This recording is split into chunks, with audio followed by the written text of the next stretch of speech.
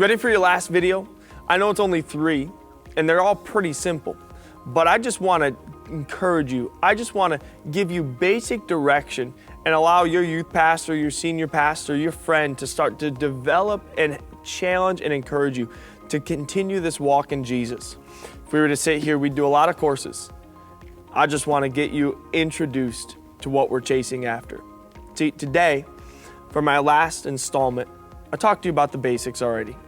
What you just did, some basic things to do with Jesus. But there's a heart position that I believe is missing. And I want to talk to you about this real quick. Luke chapter 1, verse 53, it says this. It says, "The hungry will be filled with good things, but the rich will be sent away empty." Matthew chapter 5, verse 6 says this, "Those who hunger and thirst for righteousness, they shall be filled." See, both of these verses are talking about our spiritual hunger, our desire for Jesus. And I want to encourage you to be a person that's always hungry and desiring for more of Jesus.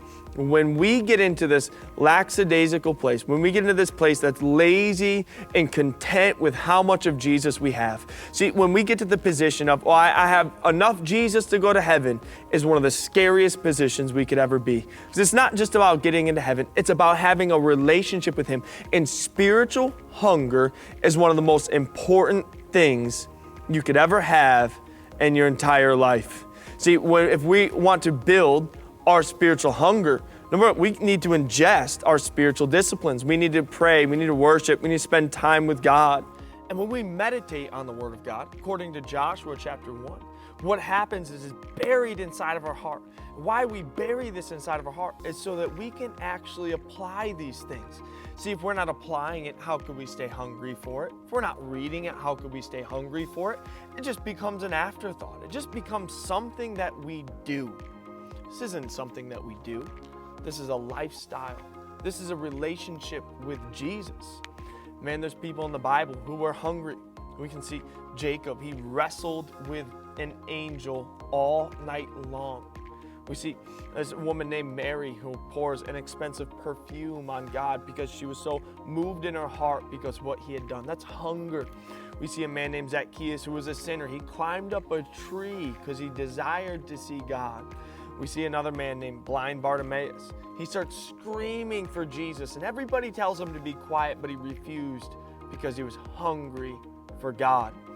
See, your level of spiritual hunger will determine how far you go. You don't have to be saved for 20 years. You don't have to be 50 years old to do things for Jesus. All you need is to be hungry and to be genuinely chasing after Jesus. And when you can stay hungry, you can do mighty things in this world. I don't believe that God saved you just so you could be here.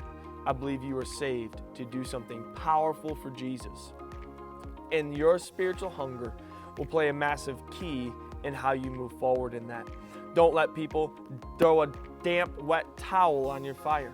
Don't let people snuff it out. There'll be people that will say foolish things. There'll be people that will be mean. There'll be people that'll doubt you. But your hunger for Jesus is yours. They should not be allowed to steal it from you. They should not be allowed to rob it from you.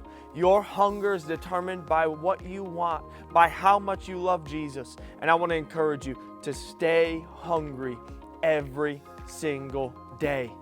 What we live here is we live this thing, we call it daily personal revival. The most important revival you can ever have is the one that you have in your own heart every single day.